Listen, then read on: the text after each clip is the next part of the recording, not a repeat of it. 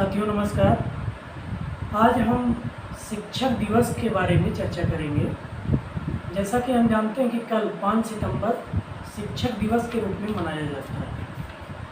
शिक्षक दिवस मनाने के पीछे कुछ हल्का फुल्का इतिहास में हम चलेंगे और ये जानने की कोशिश करेंगे कि 5 सितंबर को ही क्यों भारत में शिक्षक दिवस मनाया जाता है। इस पे अगर हम उल्लेख करें तो हम इस परिचर्चा में हमें प्राप्त होता है कि सर्वपल्ली राधाकृष्णन के जन्म दिवस को ही शिक्षक दिवस के रूप में मनाया जाता है।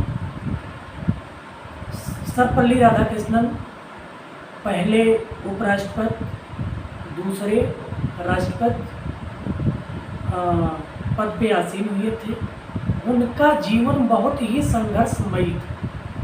तो गरीब परिवार में उनका जन्म हुआ था और उनकी पढ़ाई लिखाई सब छोटे शहर से लेकर के प्रेसिडेंसी कॉलेज मद्रास तक हुआ था। वहीं वो प्राध्यापक यानी अध्यापन कार्य शुरू कर दिया। उस समय लोगों का जो झुकाव था वो ऑक्सफोर्ड यूनिवर्सिटी यानी विदेश जाने के लिए बड़ी ललक थे सब में, और विदेश जाके सब लोग ज्ञान अर्जित करने की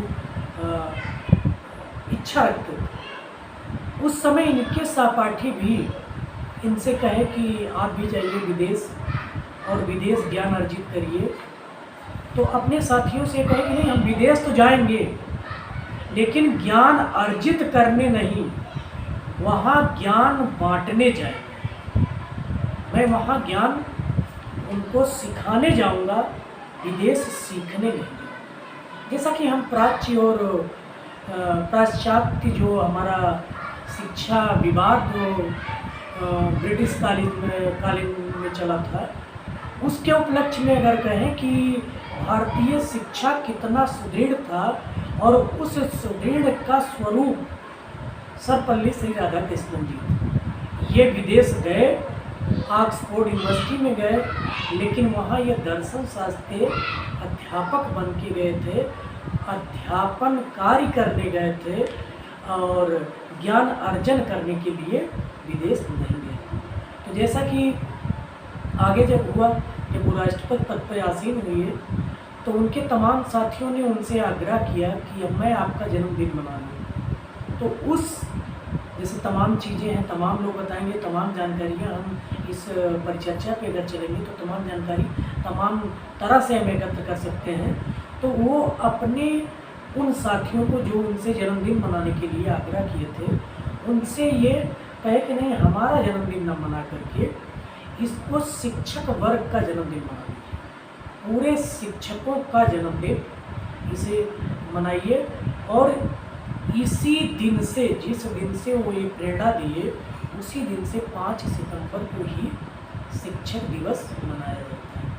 जैसा कि अगर हम ये उल्लेख करें, खास करके महिलाओं की शिक्षा व्यवस्था को लेकर के अगर हम उल्लेख करना चाहें तो हमें इतिहास में या वर्तमान समय में बड़ी दिक्कतें महिलाओं की शिक्षा व्यवस्था में प्राप्त होता है।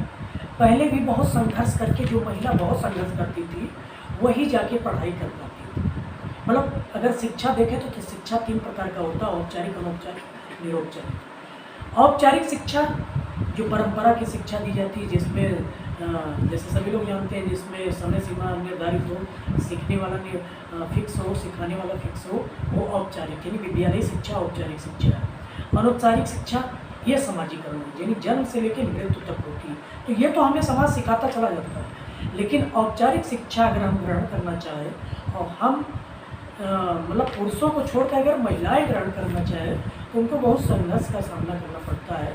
और इस पर अगर हम उल्लेख करें तो अपने देश की पहली महिला अध्यापिका सावित्रीबाई फुले का नाम अवश्य रूप से आ जाता है।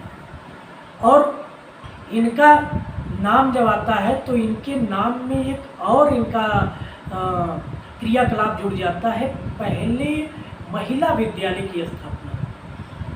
तो सावित्रीबाई फुले जिनके पति ज्योतिबा बाई फुले थे, इन्होंने इनका बहुत सपोर्ट किया और इन्हीं लोगों ने मिल करके इनका तो स्थान आता है पहली महिला शिक्षिका में, और इन लोगों का नाम आता है पहला महिला विद्यालय स्थापित करने के लिए। तो हम ये इसलिए बता रहे हैं कि अगर हमें आगे बढ़ना है, किसी काम को आगे ले जाना है, अपनी इच्छाओं की पूर्ति करना है, तो वो शिक्षा से ही संभव हो सकता है। वह चाहे औपचारिक शिक्षा हो या अनौपचारिक शिक्षा हो या निरौपचारिक शिक्षा हो। अगर हम इस तीनों पायदान पे नहीं चलते तो हम अपने पैरों पे नहीं चल सकते हैं और विकास करने की तो क्रम ही टूट जाती है। चलिए हम अगर विश्व परिदृश्य में देखें तो अफ़गानिस्तान में तालिबान का कब्ज़ा हो गया। कब्ज़ा होने के बाद भी वो अनुभवी और शिक्षक के रूप में, मतलब ज्ञाता के रूप में, जो शासन प्रणाली को जानता हो, जो शासन प्रणाली का शिक्षक हो, जो शासन प्रणाली का अनुभवी हो, वह शासन सत्ता में आए, इसकी खोज में वो लोग भी परेशान हैं। उनके पास बाहुबल है, हरबों हथियार है, लेकिन ज्ञान ना होने की वजह से या ज्ञान की कमी होने की वजह से या उस लाइन की ज्ञान उनमें ना होने की वजह से वह भी शासन चलाने के लिए किसी योग्य व्यक्ति को खोजने के लिए मजबूर हो गए। तो हमारे कहने का मतलब है शिक्षा ही हमारे विकास की पहली कड़ी है। शिक्षा से ही हम अपने उत्थान को उसका जो अंतिम चरण है और उसका जो उद्देश्य है वहाँ तक पहुँचा सकते हैं।